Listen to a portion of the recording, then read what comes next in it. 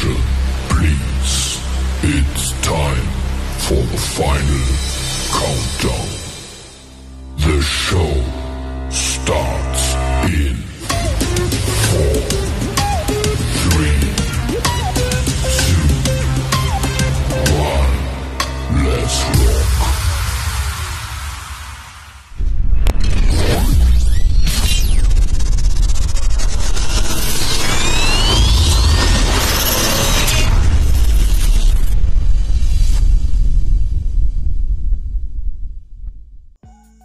Isang mapagpalang araw sa ating lahat.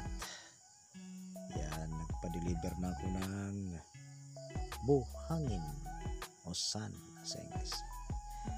Para sa aking maliit na business. Start muna tayo sa maliit Pulungan ng baboy ang paggawa. Kaya naman, dyan naman tayo nagaling.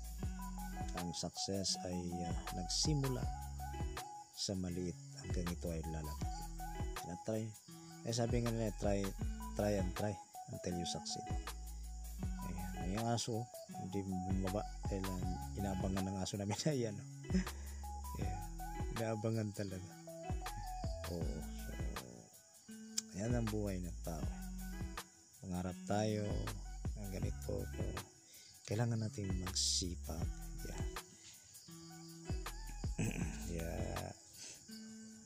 Try lang natin kung soon o sa awa ng Panginoon magkaroon tayo ng another area na doon talaga natin i-build yung malaking business natin. Pero sa ngayon, start muna tayo sa mali.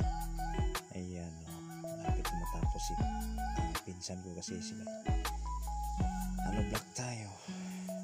Ganda din yung ganyang business na sun and gravel. Pero depende kasi yan kaya yan sila. Ang yung pinsan ko ay nagsisimula pa lang, kaya wala pa silang medium sukit, kaya nakatulungin kami sa kanila bilang pamilya na rin. Sa kanila kami po malapit ang kasi sa amin.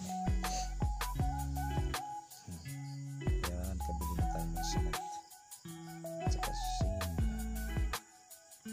sun and gravel.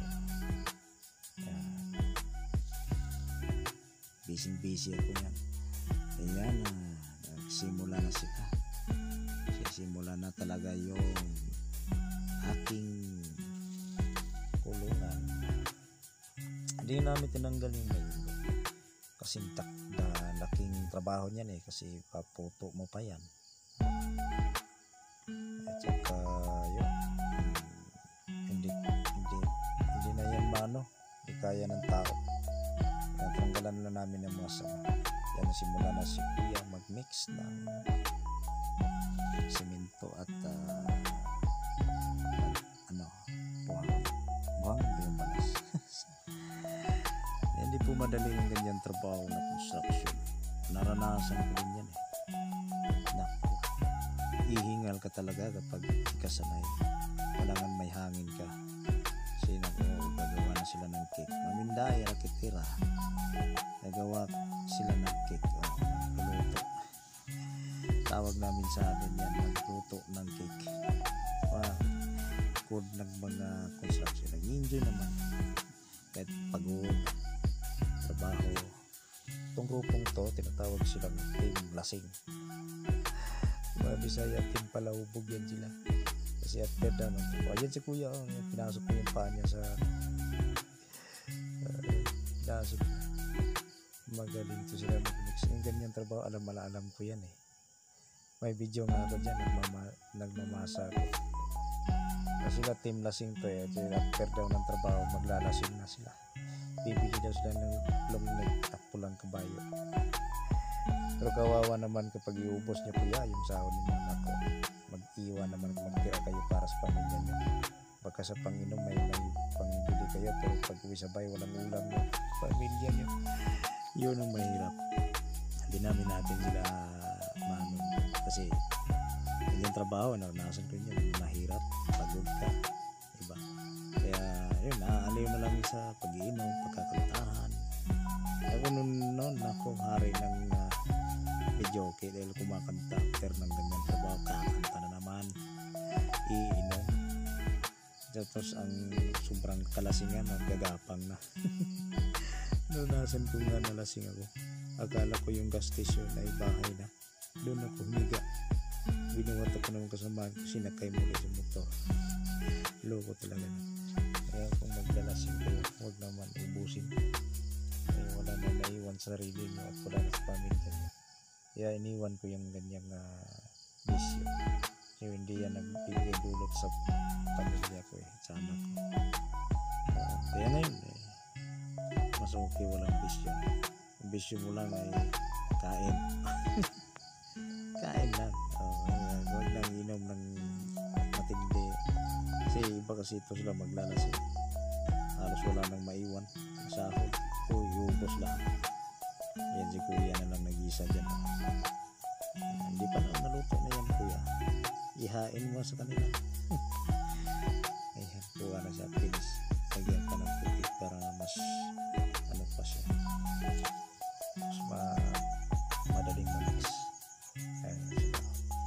Lamihan ko na ng tao para mabilis. Taka kung araw-arawin ko sila, nako, aabot ng 5 araw bago matapos yan. Siyempre, gusto pa nilang magkapera. Ipakyawa na para mabilis. Kung araw ko dyan naka-standby sa kanila. Yan. Bilisan mo kuya para mahain na. Bilis. Bilis na kuya mag-mix. Ayan, sanay na sanay ako yan ganyan. Mas madami nga minimix namin at ako lang mag-iisa. Ayun, hindi ko na kaya, laki ng tiyan ko. Nakatambay. Ayan ang porma na siya. Hindi ko na nakikita kung paano sinimulan. Ayan. Yung nagmadahon ng mangga sa likod. Parang maliit lang, no? Ayan, simula na. Ayan, flooring na siya. Ay, hindi pa na. Flooring na. Ayan, ang porma na talaga. Break sila kaya binaka-video ko. Lunch time na. Galing ko lang nagbili ng another kahoy. Kulang kasi. Ang porma na. Para sa atok. Ang tulungan ng aking bago.